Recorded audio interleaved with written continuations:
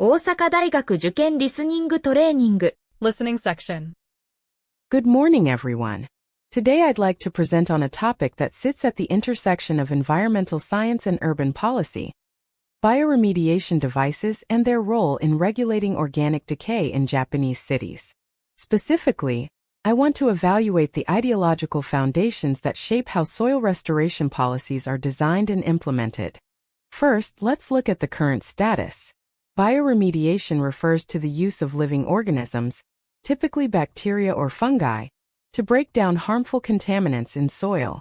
In urban Japan, rapid industrialization has left behind what scientists call brownfield sites, areas where soil decay caused by industrial chemicals poses serious public health risks.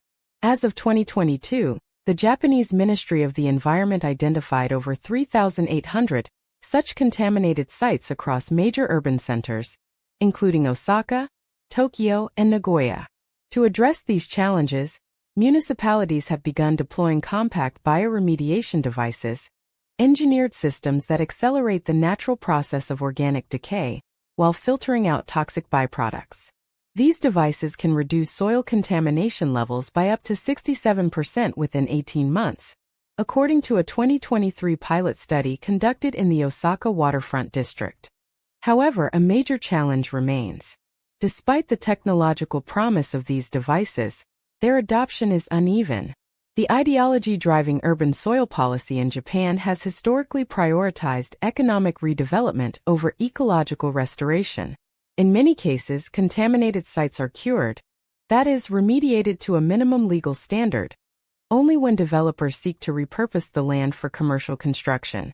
This market-driven ideology means that genuinely polluted areas in lower-income neighborhoods often go untreated, since there is little financial incentive to restore them. Critics argue that the current regulatory framework, governed mainly by the Soil Contamination Countermeasures Act of 2002, fails to mandate proactive restoration. The law regulates investigation and disclosure, but does not require municipalities to cure contaminated sites unless prompted by land use changes. This reactive stance reflects a deeper ideological bias favoring property rights and economic growth over community health and long-term environmental sustainability. In conclusion, while bioremediation devices represent a promising and increasingly effective means of addressing soil contamination in urban Japan, their potential is constrained by the ideological assumptions embedded in current policy. If policymakers genuinely wish to cure urban environments of the damage caused by industrial decay, they must move beyond reactive regulation and adopt a proactive, equity-focused framework.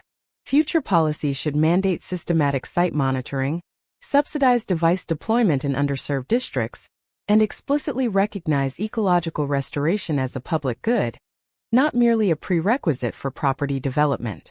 Only then can we ensure that the benefits of bioremediation technology are shared equitably across all communities.